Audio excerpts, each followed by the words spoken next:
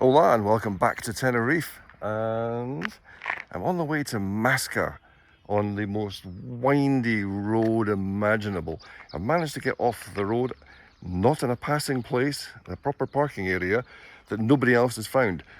The main viewpoint up there, stuffed with cars, can't get anywhere near it, but this is just fantastico, absolutely fantastico. Well now, was that Spanish or Italian? I'm not sure. This video today is slightly different to the norm for me. I'm going to visit a popular location in Tenerife and will take an image from there where the majority of visitors do so. I will show the problems and ways to improve that shot before seeking a better composition. As for accessibility, this location can be viewed with relative ease once there. However, as you can see, the access roads are very narrow and windy. There are a few options for you to get there. If you feel confident enough, you can hire a car and drive there. Or you can get public transport and have someone else do the driving for you. You can also book an excursion and visit Masca and maybe one or two other locations. The downside of that is your time there is limited and you cannot time your visit to best suit the lake conditions. For those driving themselves, there are two main car parks. The one by the viewpoint with access to the village is usually very busy. The second is new and seems to be a fair walk away. A new boardwalk along the side of the road takes you to and from it. As you know, I'm never keen to walk far, especially on this trip as I've been rather unwell. Therefore, I turned my car and returned to the main car park. So I've made my way back to the parking and it looks like somebody's coming out. Fabulous. Old man, get out of my way.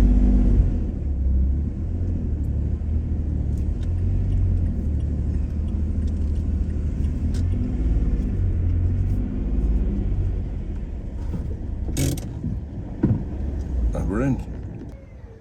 So we've arrived at Masca, and it's a very, very beautiful area.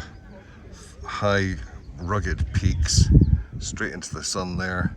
We've come down through this valley, round these wonderful hills. Beautiful, beautiful place. The key image is usually of this village here leading up into this prominent peak just there.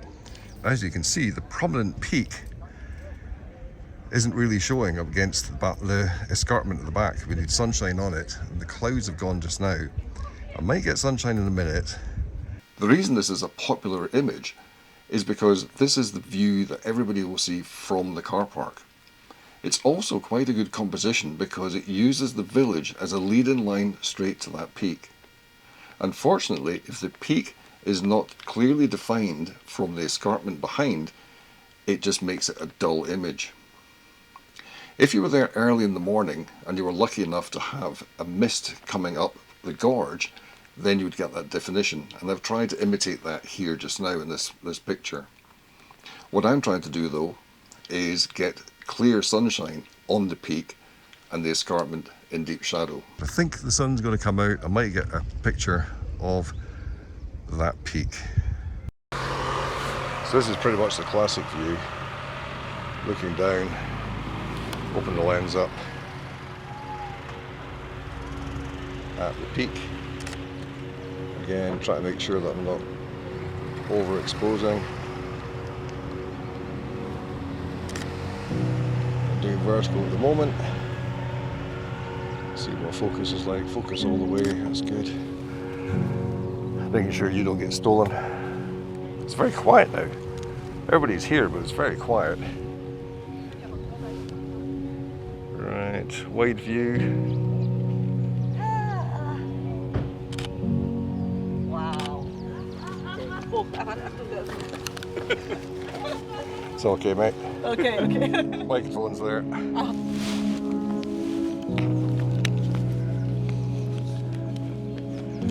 So I noticed I was having problems with the 50mm on the wide lens. It wasn't focusing.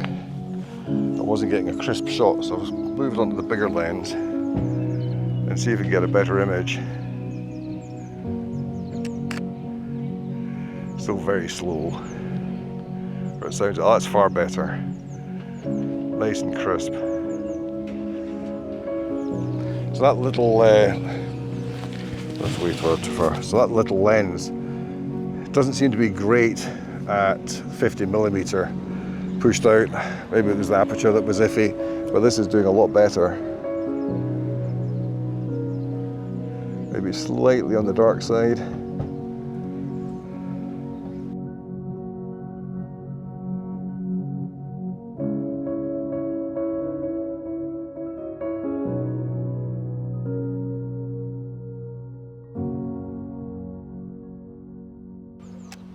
There we go. That's that. I took this image earlier and want to show how to improve the shot in Lightroom and Photoshop. As you can see, the image was a little overexposed and the peak is not really showing up well against the background. I adjusted the exposure in Lightroom and using a mask and brush tool increased the shadow of the escarpment, making it a tad darker. I also reduced the brightness and lowered the luminance of the blues in the sky. Not a perfect image, but better. The thing is, there are ugly power lines in the image. For that, I opened it in Photoshop and used the spot healing brush to remove those. Great for occasions when you do not have time to find a better composition. But that is what I'm about to do next. What I want to do is take a walk back up the road a little bit and get the view down at an angle to get that peak in this valley area here. So time to take a walk up the road, see what I can get from there. That's annoying, that's really annoying. I was going to put the drone up. So the problem is there's no footpath and it's a narrow road, so I've got to be very, very careful. So I'm right on the corner. I'm going to have to go further. I think I might be able to get these into the picture as well.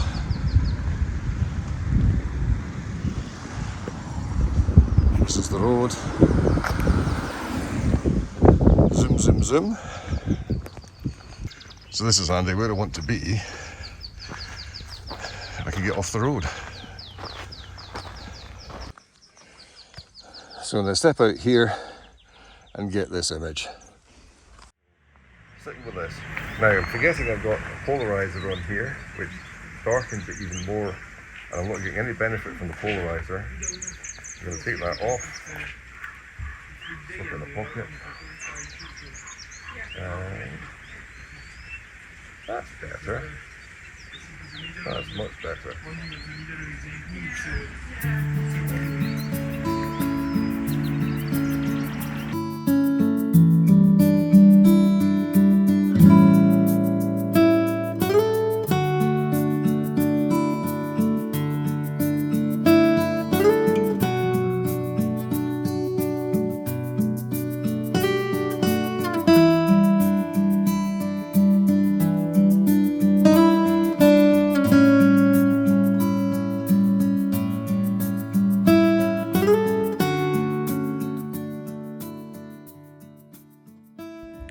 When you find a location on the roadside that is a little special, people will notice you and come and see for themselves.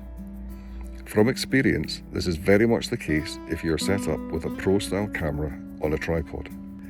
In this case, Gabby and her husband Walter from Switzerland joined me here, and I was happy to show her what compositions I was working with. I think it's important not to be precious and protective about your compositions. Help each other out. I've seen dreadful scenes where people have stated that someone has stolen their composition, when all along it was a common photo taken by many beforehand. So just helping somebody out with some compositions there. Found the, what do you call that again? It's like a date tree, a palm. Gives a fantastic frame for that peak and the sea beyond. So it's really good to do. Help people out.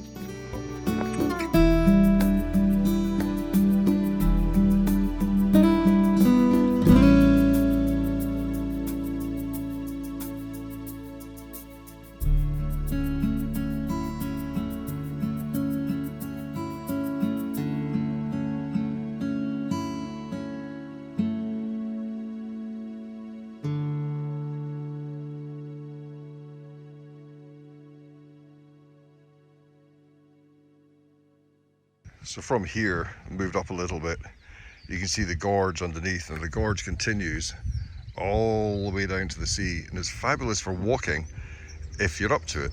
Obviously, I'm not, so I'll just view it from here, thank you.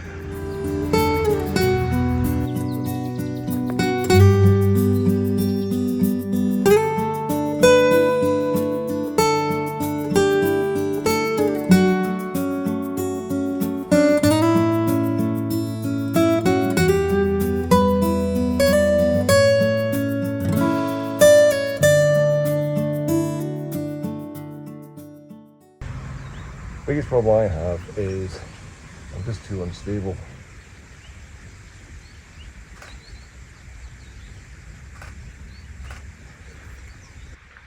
Over this side a little bit. Oh yeah, I think I fall down the hill. Accessible photography. Right, me in there. Nice big aloe, I think it is. Just there. The peak is visible, just. Nah, it's not the best image in the world. Time to head back down, maybe even go into the village.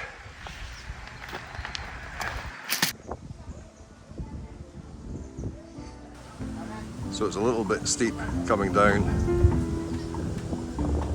into the village if you want to get something to eat and drink. But this is the way. Y si nos entregamos y lo perdemos por completo, y si nos tiramos a que esto sea cierto, lo que revelaste en tan poco tiempo. So I've had some nourishment. I've had a nice tapas and Coca-Cola. I've not gone further down into the village. After I ate, I thought I've done enough time here. I'm going to move on soon. Well, I'm back home, and I just want to say thanks for watching the video. It stopped rather abruptly because I did carry on. I went elsewhere and did some more photography, but it really didn't work out at all, and it's not really worth sharing. So I'm just going to finish up here and say thanks for watching. That is all from Tenerife, and I will try and get back to doing something in Scotland very soon. Until then, bye for now, and remember, get out, take pictures, and have fun. Bye.